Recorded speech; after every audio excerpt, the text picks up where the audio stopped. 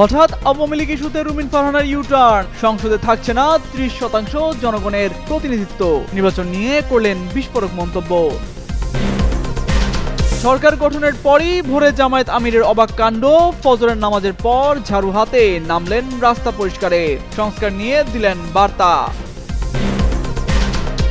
দীর্ঘ 18 মাস পর খুলছে একের পর এক আওয়ামী লীগ অফিস, কার্যক্রম নিষিদ্ধ দলের পুনর্গঠিত হওয়ার বার্তা, সিসিটিভি ফুটেজ দেখে ব্যবস্থা নেওয়ার আশ্বাস পুলিশের। শেখ হাসিনার বিষয়ে আটকে থাকা উচিত নয় বাংলাদেশ ভারত সম্পর্ক, তা হিন্দুকে দেওয়া সাক্ষাৎকারে মির্জা ফখরুল জানান, হাসিনাকে শাস্তির আওতায় আনা জনদাবি।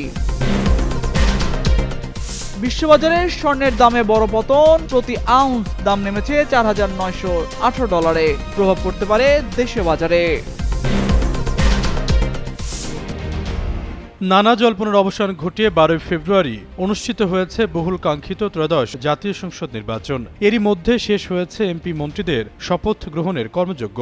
এবারে নির্বাচনে কার্যক্রম স্থগিত থাকা আওয়ামী লীগ ও তাদের জোট সঙ্গীরা ছাড়া প্রায় অধিকাংশ রাজনৈতিক দল অংশ নিয়েছে। আন্তর্জাতিকভাবেও এই নির্বাচনকে শান্তিপূর্ণ ও সর্বজনীন গ্রহণযোগ্য বলে আখ্যায়িত করা হয়েছে। এবারে নির্বাচন গ্রহণযোগ্য মাত্রায় অংশগ্রহণমূলক ও অন্তর্ভুক্তিমূলক হয়েছে বলে মত দিয়েছেন টিআইবি নির্বাহী পরিচালক ইফতেখারুজ্জামান। তার মতে এই নির্বাচনে ইলেকশন ইঞ্জিনিয়ারিং এর কোনো উপাদান দেখা যায়নি। টিআইবি দৃষ্টিতে মোটামুটিভাবে গ্রহণযোগ্য, সুষ্ঠু, নিরপেক্ষ এবং অংশগ্রহণমূলক নির্বাচন হয়েছে।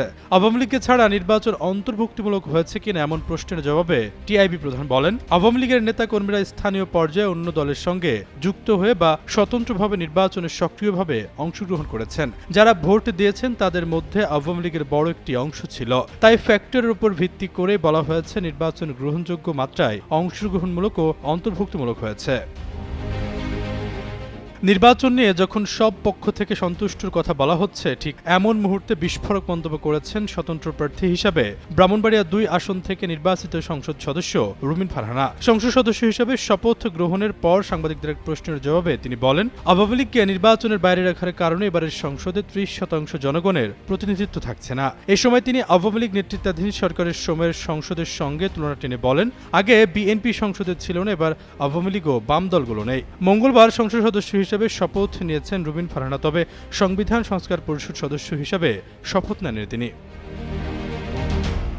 জুলাই অভ্যুত্থানে আওয়ামী লীগ সরকারের পতনের পর নির্বাহী আদেশে দলটির কার্যক্রম স্থগিত করে অন্তর্বর্তী সরকার। ফলে এবারের ভোটের মাঠে প্রতিদ্বন্দ্বিতা করার সুযোগ পায়নি টানা 17 বছর ক্ষমতা আঁকড়ে ধরে থাকা আওয়ামী লীগ। এদিকে এবারে নির্বাচনে 299 আসনের ভোটে 60টি নিবন্ধিত দলের মধ্যে 50টি দল অংশগ্রহণ করে। এর মধ্যে 297টি আসনের ফলাফল গেজেট প্রকাশ করেছে নির্বাচন কমিশন। চট্টগ্রাম 2 ও চট্টগ্রাম 4 আসনের ফলাফল ঘোষণা করা হবে আদালতের মামলার নিষ্পত্তির পর।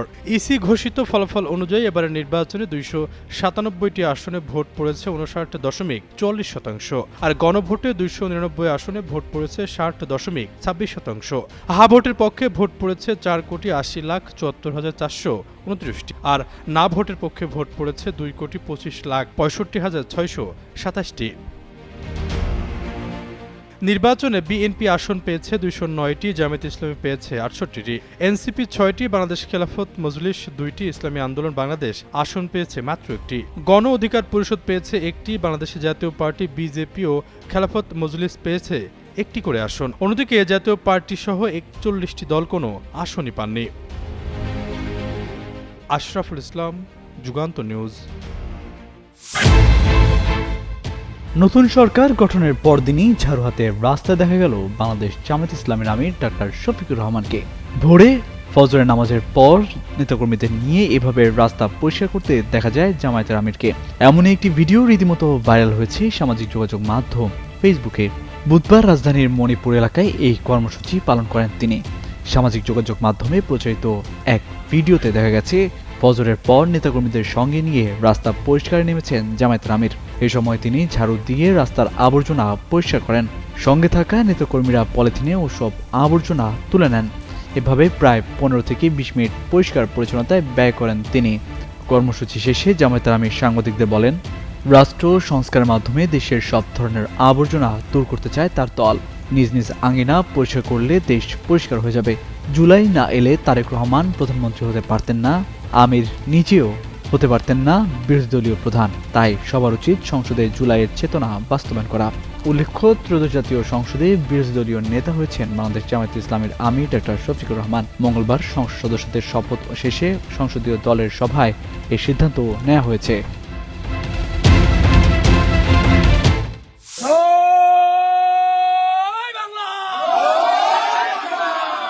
নির্বাচন শেষ হয়েছে এক সপ্তাহ হয়নি। এর মধ্যেই দেশের বিভিন্ন স্থানে কার্যক্রম নিষিদ্ধ আওয়ামী লীগ কার্যালয় খোলা এবং পতাকা উত্তোলনের ঘটনা ঘটেছে। এসব ঘটনায় সারা দেশে তুমুল আলোচনার জন্ম দিয়েছে। জুলাই শহীদদের রক্ত শুকানোর আগেই কার্যক্রম নিষিদ্ধ সংগঠনটির এমন কার্যক্রমে দেশের বিভিন্ন স্থানে উত্তেজনা দেখা দিয়েছে। গেল কয়েকদিনে খুলনা, চট্টগ্রাম, পটুয়াখালী, দশমিনা, বরগুনার বেতাগী, ঠাকুরগাঁওয়ের পীরগঞ্জ, পঞ্চগঞ্জ, দিনাজপুর, চাঁপাইনবাবগঞ্জ, রাজবাড়ী, পাবনা এবং গোপালগঞ্জে আওয়ামী লীগের কার্যালয় খোলা, পতাকা উত্তোলন, স্লোগান ও ছবিতে ফুল দিতে দেখা যায়। এসব ঘটনার ভিডিও সামাজিক যোগাযোগ মাধ্যমেও ছড়িয়ে পড়েছে। এ নিয়ে কয়েকটি স্থানে পাল্টা বিক্ষোভ, ভাঙচুর, আগুন ও প্রতিক্রিয়া দেখিয়েছেন জুলাই আন্দোলনের নেতারা। তবে তারপরও থেমে থাকেনি সংগঠনটির কার্যক্রম। বিশ্লেষকরা একে নিষিদ্ধ ঘোষিত দলের নেতাকর্মীদের পুনর্গঠিত হওয়ার বার্তা, রাজনৈতিক অঙ্গনে অস্থিরতা তৈরি এবং তৃণমূলের নেতাকর্মীদের অস্তিত্ব জানান দেওয়ার চেষ্টা হিসেবে দেখছেন। অনেক বিশ্লেষক মনে করেন এ ধরনের কার্যক্রম আইনশৃঙ্খলা পরিস্থিতি অবনতি ঘটানো সহ জনমনে ক্ষোভ এবং ভীতি সৃষ্টি করতে পারে। এদিকে এসব ঘটনায় বেশিরভাগ ক্ষেত্রেই কিছু জানা নেই বলে দাবি করেছে প্রশাসন। অনেক ক্ষেত্রে আবার জড়িতদের চিহ্নিত করে সিসিটিভি ফুটেজ দেখে আইনি ব্যবস্থা নেওয়ার আশ্বাস দিয়েছে পুলিশ। 2024 সালের 5 আগস্ট ছাত্র জনতার গণঅভ্যুত্থানে দেশ ছেড়ে ভারতে পালিয়ে যেতে বাধ্য হন তৎকালীন প্রধানমন্ত্রী শেখ হাসিনা। জাতিসংঘের ফ্যাক্ট ফাইন্ডিং মিশনের প্রতিবেদন অনুযায়ী গণঅভ্যুত্থানে সরকারি বাহিনীর গুলিতে প্রায় 1500 মানুষ নিহত এবং আরও প্রায় 20,000 মানুষ আহত হন। বেসরকারি বিভিন্ন সংস্থা হতাহতের এই সংখ্যাকে আরও বেশি বলে দাবি করেছে। এই গণহত্যার দায়ে পলাতক শেখ হাসিনাকে মৃত্যুদণ্ড দিয়েছেন আন্তর্জাতিক অপরাধ ট্রাইব্যুনাল। এত কিছুর পরও অল্প সময়ের মধ্যেই সারা দেশে কার্যক্রম নিষিদ্ধ সংগঠনটি ফিরে আসার চেষ্টা করছে। জুলাই পরবর্তী বাংলাদেশের জন্য যা বেশ অস্বস্তিকর বলে মনে করছেন অনেকে। মাহমুদুর রহমান, যুগান্তর নিউজ।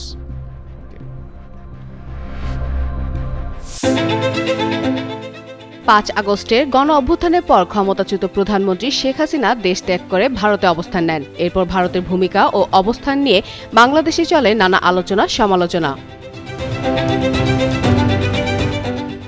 হাসিনার দেশ ত্যাগের পর বাংলাদেশ ভারত সম্পর্ক একটি সংবেদনশীল পর্যায়ে পৌঁছায়। একদিকে তাকে হস্তান্তরের দাবি, অন্যদিকে বাণিজ্য, পানি বণ্টন ও সীমান্ত নিরাপত্তার মতো পুরনো ইস্যুগুলো নতুন করে আলোচনায় আসে। তবে এই প্রেক্ষাপটে ভারত বাংলাদেশ সম্পর্ক কোনো একক বিষয়ে আটকে থাকা উচিত নয় বলে মন্তব্য করেছেন বিএনপি মহাসচিব মির্জা ফখরুল ইসলাম আলমগীর।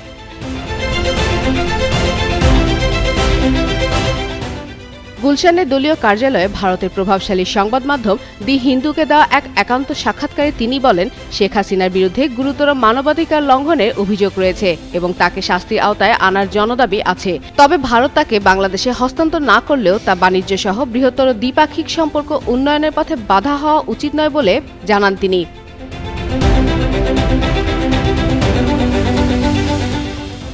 সাক্ষাৎকারে তিনি আরও বলেন, অভ্যুত্থানকালীন হত্যাকাণ্ড ও অপরাধের অভিযোগে শেখ হাসিনা ও তার সরকারের মন্ত্রীদের বিরুদ্ধে আইনি প্রক্রিয়া চলমান থাকবে। পাশাপাশি গঙ্গা পানি বণ্টন চুক্তি নবায়ন, ফারাক্কা পানি বণ্টন এবং সীমান্ত হত্যাকাণ্ডের মতো অমীমাংসিত বিষয়গুলো আলোচনার মাধ্যমেই সমাধান করতে হবে।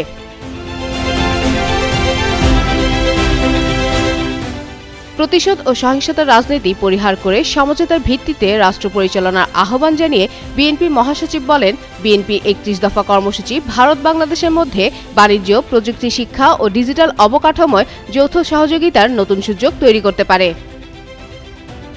ফাতেমা ফাতেহ জান, যুগান্তর নিউজ।